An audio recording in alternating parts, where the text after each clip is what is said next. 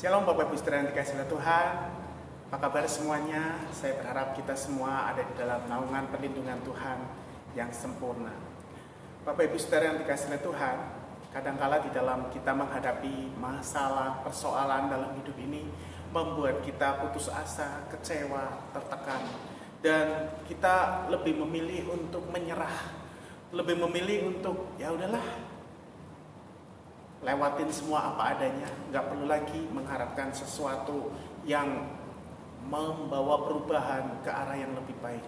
Tetapi hari ini saya ingin berbagi kepada Bapak Ibu Saudara, ada sesuatu yang bisa memberikan kepada kita semangat yang baru, ada sesuatu yang membuat kita bisa excite, bangkit lagi.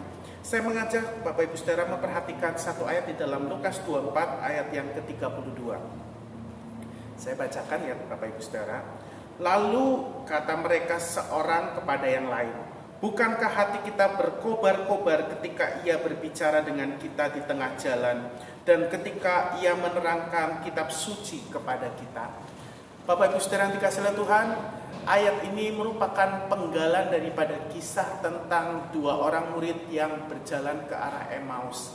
Ketika mereka di dalam kekecewaan dan keputusasaan mereka melihat semua peristiwa, rangkaian peristiwa ketika penangkapan Yesus, kemudian Yesus disiksa sampai Yesus mati disalib, kemudian dikuburkan.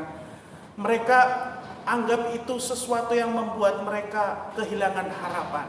Karena kalau kita baca di ayat-ayat sebelumnya, murid-murid ini sempat mencetuskan pernyataan, padahal kami semula berharap bahwa Yesuslah yang akan memimpin umatnya, membebaskan umatnya, bangsa Israel dari penindasan bangsa lain, dalam hal ini bangsa Roma.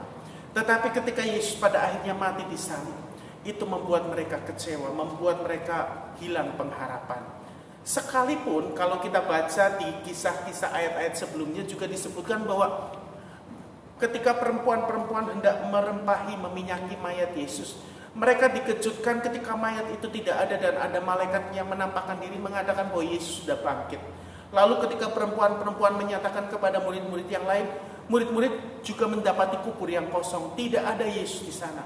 Harusnya ini menjadi satu pengharapan tersendiri buat mereka, bukan bahwa Yesus sudah tidak ada berarti Yesus benar bangkit. Tapi ada sesuatu yang menyelubungi mereka, sehingga mereka terus di dalam keputusasaan dan kekecewaan. Tetapi ketika Yesus menyatakan diri kepada mereka sebagai orang asing yang mengajak mereka berbicara, kemudian Yesus mulai menjelaskan kepada mereka dengan teguran yang keras. Yesus berkata, hai kamu orang bodoh, betapa lambanya hatimu untuk mengerti apa yang disampaikan oleh para nabi, apa yang disampaikan kitab suci. Yesus jelaskan kepada mereka panjang lebar. Bahkan ketika Yesus hendak pergi, mereka mengajak Yesus untuk tetap tinggal dan makan bersama mereka. Ketika Yesus mulai akan makan, Yesus mengambil roti, mengucap syukur, memecah-mecahkannya. Baru mata mereka terbuka, ini Yesus. Tapi Yesus langsung hilang dari antara mereka. Ya. Dan itu mereka kemudian berkata satu dengan yang lain, bukankah hati kita berkobar-kobar ketika dia menjelaskan tentang kitab suci?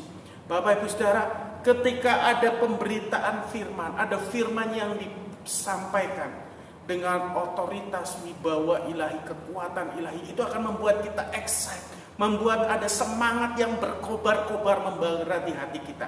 Dan itu akan mendatangkan satu kekuatan yang baru. Kalau Bapak Ibu Saudara baca kisah selanjutnya, kedua murid ini kemudian melakukan perjalanan kembali ke Yerusalem. Padahal jarak Yerusalem ke Emmaus itu kira-kira 11 atau 12 km. Baru sampai, baru mau makan sejenak, dan mereka begitu kenali itu Yesus. Mereka sadar ada sesuatu yang berkobar dalam diri mereka.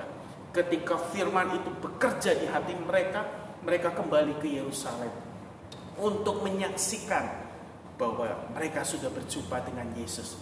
Menyaksikan Yesus yang hidup, menyaksikan pengalaman perjumpaan mereka dengan Yesus. Bapak Ibu Saudara, kalau kita mengalami kuasa firman yang hidup, maka mulut kita tidak akan pernah berhenti berbicara. Ada semangat yang baru untuk kita bisa bersaksi kepada orang lain. Ada sesuatu yang membuat kita tidak bisa berdiam diri. Karena kekuatan firman, kekuatan kuasa Allah yang bekerja lewat firman ini memberikan semangat yang baru, memberikan gairah yang baru. Biarlah kita jangan biarkan kelemahan, kekecewaan menguasai kita, tapi biar kuasa firman ini membangkitkan semangat yang baru, membuat kita ada kekuatan baru untuk melangkah, menjalani hari-hari yang ada di depan kita. Kiranya Tuhan menolong Bapak Ibu Saudara dan saya untuk tetap menjadi pemenang bersama Tuhan. Tuhan memberkati.